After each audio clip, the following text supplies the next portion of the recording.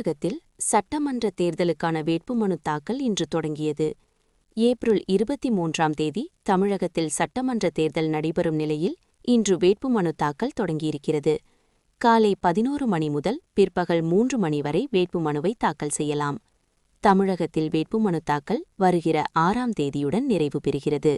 இந்த நிலையில் தமிழகத்தில் பல்வேறு கட்சியின் வேட்பாளர்களும் வேட்புமனு தாக்கல் செய்து வருகின்றனர்.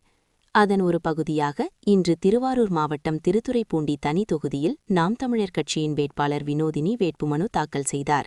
முன்னதாக நாம் தமிழர் கட்சியின் வேட்பாளர் வினோதினி முத்துப்பேட்டை சாலையில் உள்ள டாக்டர் அம்பேத்கர் திருவுருவ சிலைக்கும் பழைய பேருந்து நிலையம் அருகே உள்ள காமராஜர் சிலைக்கும் மாலை அணிவித்து மரியாதை செலுத்திய பின்னர் திருத்துறைப்பூண்டி வட்டாட்சியர் அலுவலகத்தில் உள்ள தேர்தல் நடத்தும் அலுவலர் செல்வபாண்டி அவர்களிடம் நாம் தமிழர் கட்சியின் வேட்பாளர் வினோதினி நிர்வாகிகளுடன் வேட்புமனு தாக்கல் செய்தார்.